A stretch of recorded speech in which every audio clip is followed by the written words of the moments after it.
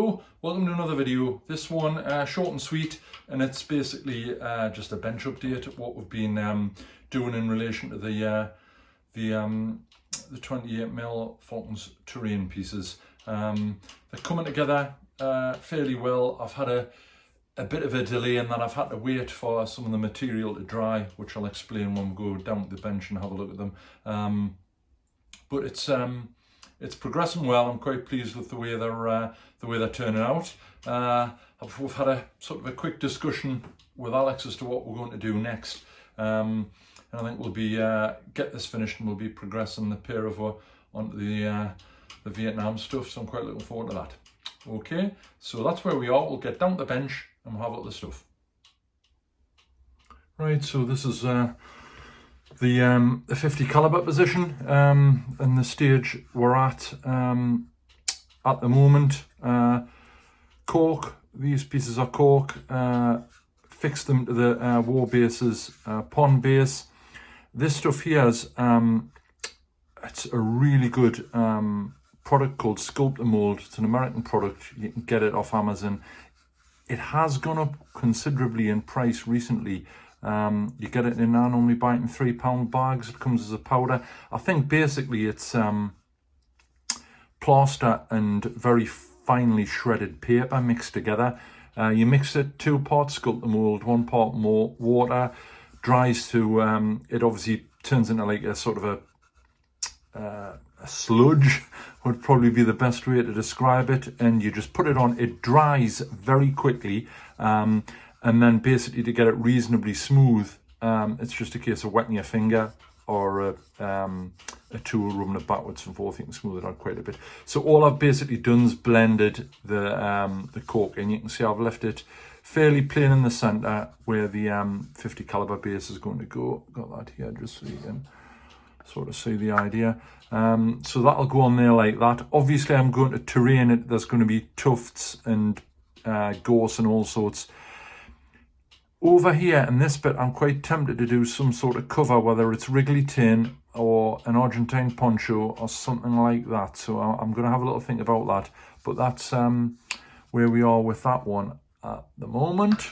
And moving on to what I mentioned the last time, I found a bit of driftwood on the beach, which is this bit here. So obviously it took quite a lot of drying out. I'm not sure what it'll look like painted, but I think it should be okay. And obviously, as you can see, this is Sculpt-A-Mold again, to just basically blend it in. And again, I'll be covering it with the Woodland Scenic stuff, similar to what I've done on the Falklands terrain boards I've got, which I'll put a link to in the description. So I've had to wait. The thicker you put it on, the longer it takes to dry. The 50 cal base dried, I think, in about a day. This is obviously, because it's much thicker, it took a lot longer. It took about I think about 4 or 5 days really, but it's nice and hard now. So I'll be going on to the painting. What I'm intending to do is using the same technique that I've used on some of my other rock formations. We'll maybe get one of them down shot and briefly show you that. And the only other thing I've finished recently is for the what a cowboy figures. This is let's see if I can zoom in. It's an artisan, well,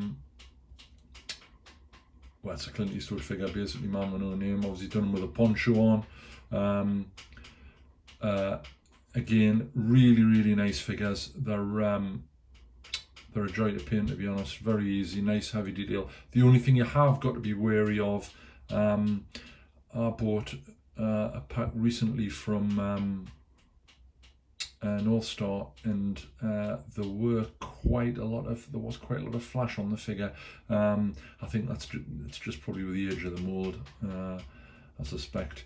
So anyway, he's coming on as well for the What a Cowboy rules. So I'm quite pleased with him. Turned out quite nice. Right, so these are some of the time cast Falklands rock bases that I've done. I think you've probably seen them before, and this is the sort of the way I'm going to do the structures that you've just the bases that you've just seen, and this is the sort of idea that I'm looking at in relation to the some sort of position with maybe his wriggly tin, maybe a couple of boxes and a poncho. I don't want to do too much because it can obviously sometimes clutter it up a bit, but anyway, that's the plan. So as I've said, pleased with the way the stuff's turning out. For the 28mm stuff, we're probably on the downward stretch now for the Falklands. I'm quite wanting to get on with the Vietnam stuff, so that's a bit of a driver to get the that stuff finished. So as normal, any questions at all about what we've done or what I've used, just give us a shout, and we'll get back to you. We'll answer any questions that come up. If you've enjoyed the video, like it. I know I keep banging on about subscribing. Obviously there's no pressure from us. If you want to, you get early notification when stuff's released. You can do that from the main channel page, or alternatively at the end of the video you can click on the Empress 28mm Modern British Infantryman, the button that's at the bottom right hand corner. Okay, so there we are. Once again, thanks very much for watching. We'll catch you next time.